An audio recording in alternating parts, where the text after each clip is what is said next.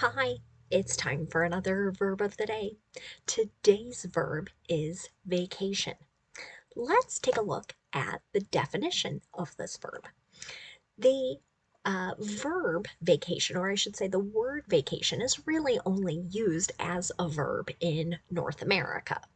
So, if you happen to be speaking English in a different part of the world, then this might not be so useful. But in case you're in the US or thinking of visiting the US, you should know that vacation means to take a vacation. And we, of course, will spend a little time looking at the noun form of this word, but I always feel like I should explain it if we use a noun with the same spelling, the same meaning, essentially, as part of our definition. So, the noun vacation is referring to an extended period that is a break. Maybe something is being done for recreation or enjoyment, but essentially, someone isn't in work or isn't at school. You should know that people in North America use vacation as a regular verb. So we can just add an ing to this verb to form vacationing. And the past tense and participle forms of this verb are going to be made by adding ed. Our base verb, vacation, ends in a voiced N sound. So our past tense ending is just going to make a D sound. It should sound like this: vacationed, vacationed. Okay. Now, I don't have any phrasal verbs for us to study today, so really there's just one meaning to this verb, which must be a huge relief because I know some days I overwhelm you with many definitions and many ways to use this verb. But that's going to allow us to focus on making some sentences in the simple past tense and the simple future. So, as a review, we use the simple past tense to talk about an action that was completed at some known point in the past. Now, sometimes in these sentences, you will see time signals like dates or phrases like last year, last month, etc. But the time signals are not in every single simple past tense sentence. Sometimes it can be understood as part of conversation or as part of a longer text. If I'm making an affirmative simple past tense sentence, then my structure is going to be the same no matter what my subject is. So I'll start with my subject.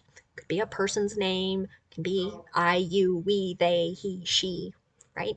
And then the ed form of the verb. An example of this: I vacationed in Sweden in 2019.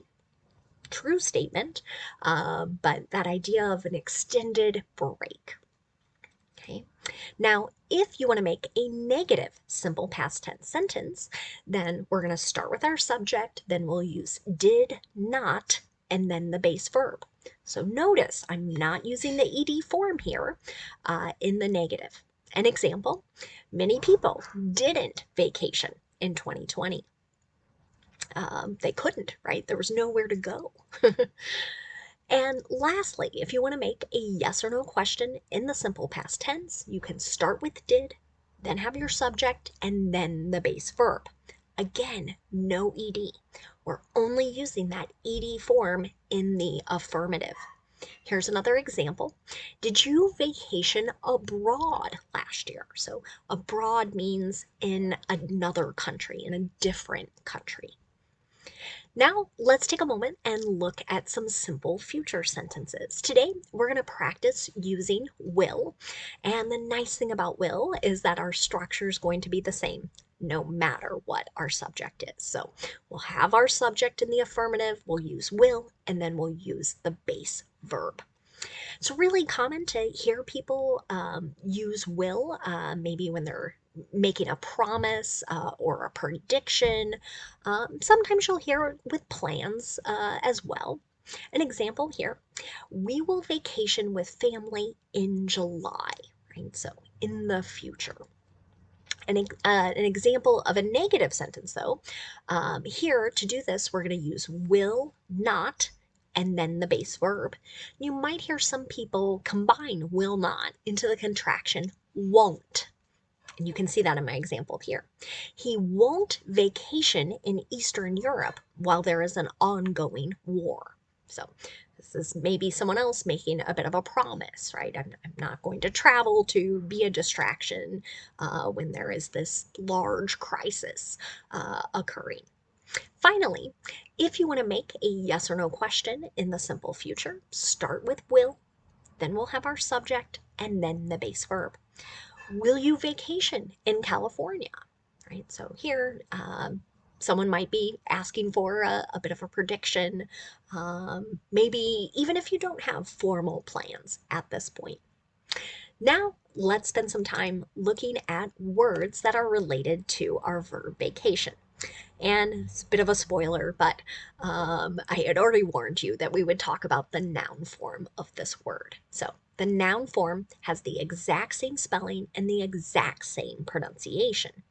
When I use the word vacation as a noun, I might be referring to that extended period of leisure and recreation.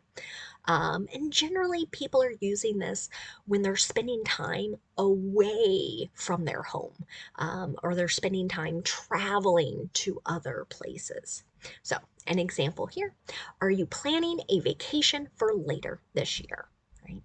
And that article A there also kind of helps tell us this is being used as a noun.